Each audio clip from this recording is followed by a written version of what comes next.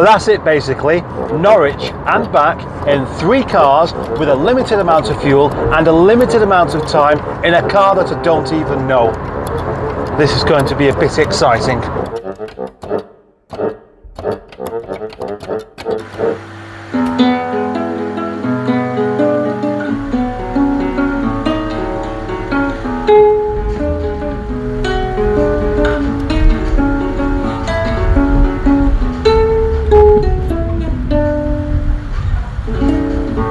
And a very good morning from me. Up and out of the house by 7:15 to do a rather large trip today. The only thing is it's not going to a particularly good start, even though I'm out on time, etc. Everything should be going well, but it's not. Look at this for a start. This isn't good at all. But luckily, the not good bit is going towards Manchester, not Leeds. Today's mission is quite a long one. There's me going from Rochdale to a place called Markham Moor Services, where I shall meet up with Boaty. That's about 80 miles. And then we've got another 110 miles or so to get to Norwich, where we shall hand over the keys of this particular Streetwise to a chap there. Then drive back to Chesterfield together, where I shall pick up his Land Rover and drive that home. I am expecting to be using up all of today's daylight hours on the road. There are 2 considerations today though. One of them is that, well, I've kind of underpriced this somewhat. Not the car, well, I've underpriced the car, but the actual delivery charge. You see, I was thinking off of what Shipley may actually charge if they were going on that route anyway. Yeah, and that means that I've got to pay for fuel for 2 cars and the wages of 2 men for the entire day. And if I'm honest, it doesn't really work. So I've put £30 worth of petrol in this car, and I'm hoping that will be enough to get it there. That means, as best as possible, sticking to a steady 60 all of the way. But then there's another issue.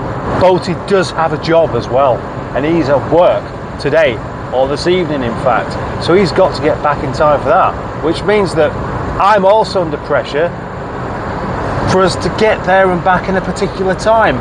Not only that, I haven't proven this car properly. I mean, I've bought it, I've driven it back 2 miles and thought, yeah, that's fine actually. Yeah, it seems like a good car. Normally I'd end up using the car for a bit during the month, but there's been so many cars this month that I've not had the opportunity. So I am going on a near 200-mile journey in a car that I don't know. However, oh, and this is the first time I've driven it on a motorway. But I will say that actually it drives impeccably. It's perfectly good on the motorway. In fact, it's as good as you'd expect it to be. But that's it basically. Norwich and back in 3 cars with a limited amount of fuel and a limited amount of time in a car that I don't even know. This is going to be a bit exciting. Lead to a negotiation. It's true, it has recession next year at this time. Mostly dry. We've got a fair amount of low cloud and some mist.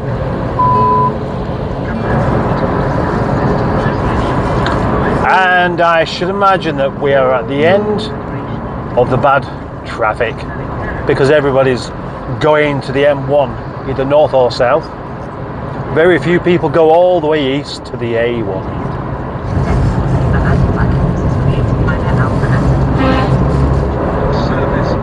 Just got ahead of my ETA by about 3 minutes. I did.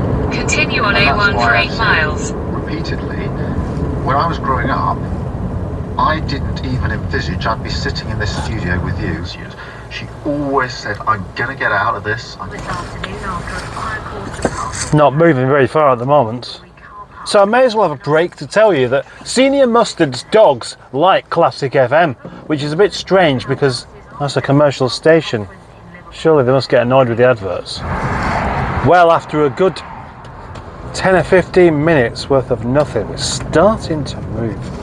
The only trouble is, I did send PCJ a message saying that I'm going to be about half an hour later than expected now, but he hasn't seen it, which means that one of two things. Either he's dashed out in his rather competitive way, trying to beat his own sat-nav to the destination so he can stop and have, you know, whatever he does and a poo, or he hasn't woken up yet, and that would be even worse. Desperate need of money. We need high minimum. Yellow car. I've just had a ping. I've got a feeling that Boaty's already there, beaten his own time and got there, and is eagerly anticipating me arriving. In half a mile, continue on to A1. Gonna be a while yet though.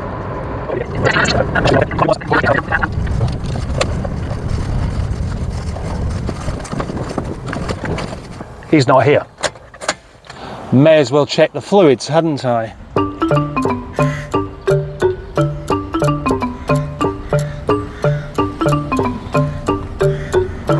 Seems like this idea's caught on quite well then.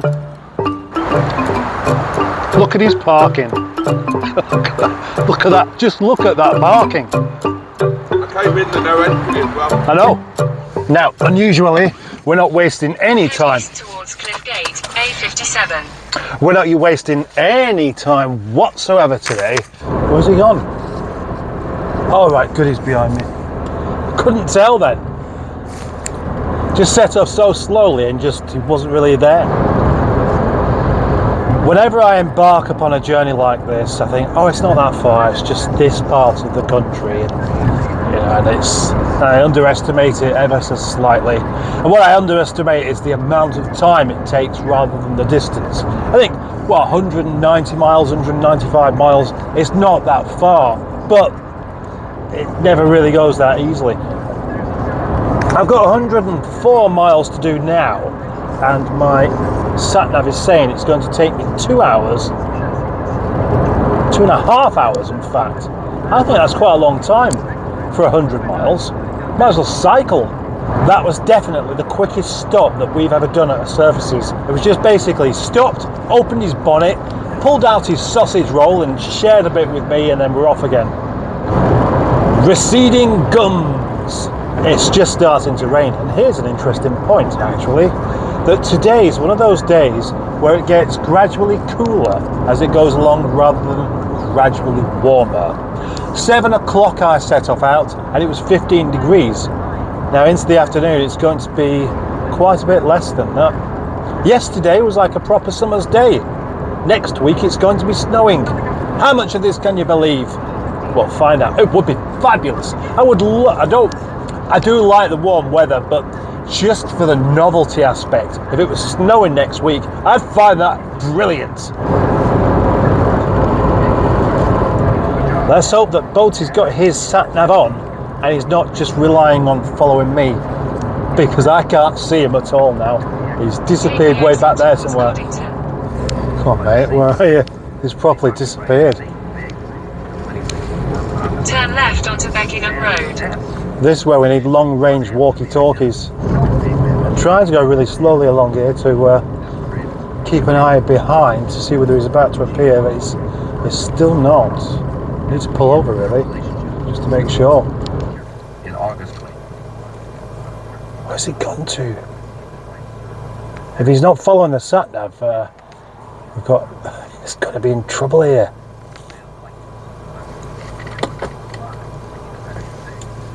Nope. Two vans coming, and another van, and I'm blocking someone's driveway waiting. How could he be this far back? I think he's gone straight ahead. I think he must have done. Balls. That's not good. I've been sat here for 2 minutes. He's gone the wrong way, hasn't he? What am I going to do about that? Just wait for him to catch up somewhere else? Right, brilliant. He is behind me somewhere. Just a long way behind me. How does he get so far behind? How does he do it? He said he wanted to get a move on today as well.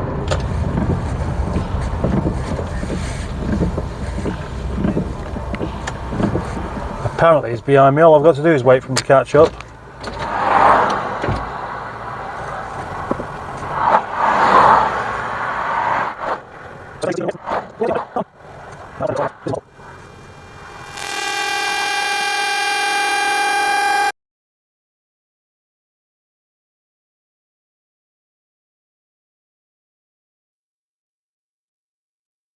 Well, it seems that my microphone has gone off, run out of battery presumably, and I've been charging it up and it's not been charging, which is typical of these kind of chargers. Sometimes they work and sometimes they don't. But the news is, unbelievably, Bolty is ahead of me!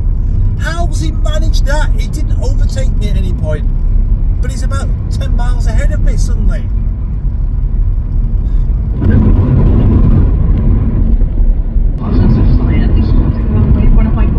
Oh, Jesus. That's...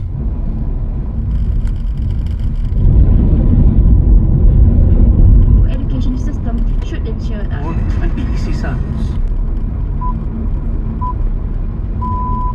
BBC News at 11. We actually know a 3 lot miles. about this as well, that policymakers could really learn from in terms of what works. There's more work. Well, 31 miles to go. Microphone has stopped working altogether, and my fuel is down to that much. Yeah, about that much, which is enough to go and get some. But as I've said, I've got to keep this doable. Come on, little Dorothy, just drink a little tiny bit rather than lots. Just. It takes a good while. Of course you do. For it to. What a delightful little place this is. And the Croydon flyover and Vauxhall Lane. 7.5 miles to go, and that needle's been on the bottom for about 10 miles, but there's been no petrol stations anywhere. I haven't seen one for about 30 miles. It really desperately needs some. I hate doing road trips where you're right on the edge of running out of fuel. It's just something I'm not very comfortable with. Oh, and you know that when you're really low on fuel and it's at the bottom, but the needle moves when you go down a hill, but the needle moves when you go down a hill or to the left or to the right. It's not even doing that now. It's just there at the bottom.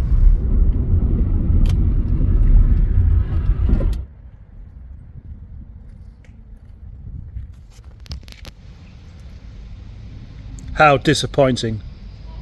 The question is, will my microphone work now, or will it not? The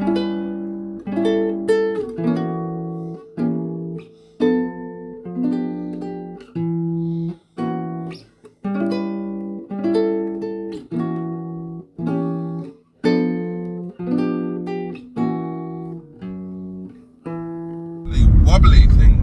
My stand wobbles now. Yeah. Yeah, it does actually. But notice that the... But it doesn't fall down, much like a weeble. Weebles wobble, but they don't fall down. That's worthwhile remembering that. Very much so, very much so. Have you still got some weebles? Are you going to pull over here? Okay. Oh, it looks like a perfect place to pull over, if you ask me. It looks like the perfect spot to pull over, have a piss and do some fly tipping. Absolutely. And the way you're backing up into the corner there makes me think that you might want a bit more.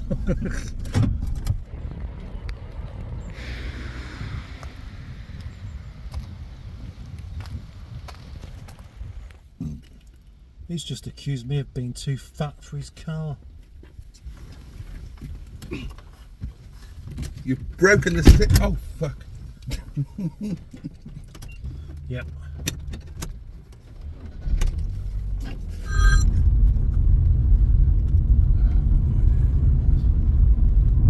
We're in Norfolk, where the internet doesn't exist. At the roundabout, take the first exit onto Tidbank. Isn't this fabulous? Look at that. And that's what we're going over. Looks like some kind of man-made waterway. We're on the way back now, and to just avoid any confusion, we did drop off the car successfully at a very nice place, and the car drove well, and it just about got me there without running out of petrol. And Boat is now doing a live stream, which includes me talking whilst he eats his sandwich. So there we go. I'm enjoying this sandwich. That's the end of my video sort of for today. Thanks very much for watching, and enjoy your sleep. Alright, let's have a James Martin up. I'll start. Yeah. James Martin. I'll go for James Martin as well. I can't remember what they were called, but those sweets we used to have as kids that were banana flavoured. Yeah, foam bananas. Those ones are about that big. No, Yeah. they were about 2 foot long. I never thought 20 questions with you would actually be difficult. I thought you'd have a system where you just go through and just come to the answer after about 10 questions. Yeah? Is that because mustard would normally eat you as a standalone thing? No. Then why are you a fucking standalone thing then if nobody fucking eats you on your own? What are you fucking playing at? You can't talk to food like that. You're being a twat of a meal. So you see the step. I am an inconvenience. An inconvenience. And you're also a food. No. Oh, right. So this is a whole new thing. You're an inconvenience. And I have to guess Yeah. which inconvenience you are. Good luck. Right. Are you a sensation? What's the prize, sir? You win one night with the Captain Mustard of your choice. Well, finishing my journey off now is another 60 miles home. So this time I'm in a different car, and that car is, of course, Boaty's Freelander, which he said the clutch is ever so. Well, that really was quite an eventful, very long day. From getting up, being out of the house before it was dark, to driving 200 miles in a car that I've only previously done 3 miles in, with £30 worth of petrol that only just about got me there. And it really was only just about got me there. Then a nice little live stream on the way back, which was kind of curious because it's like we forgot that we were doing a live stream and just chatted as normal.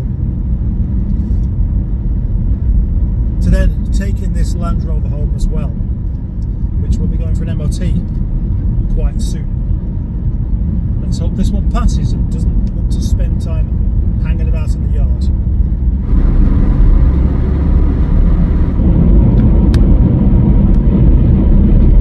Yes. Yes, indeed. Whilst it has the Hello. little bump and mark here, let's have a look.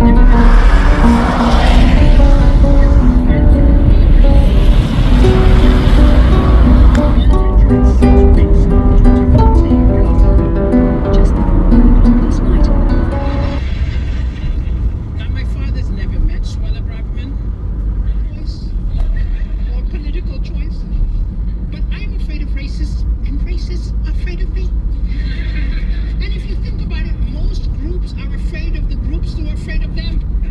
In fact, if I walk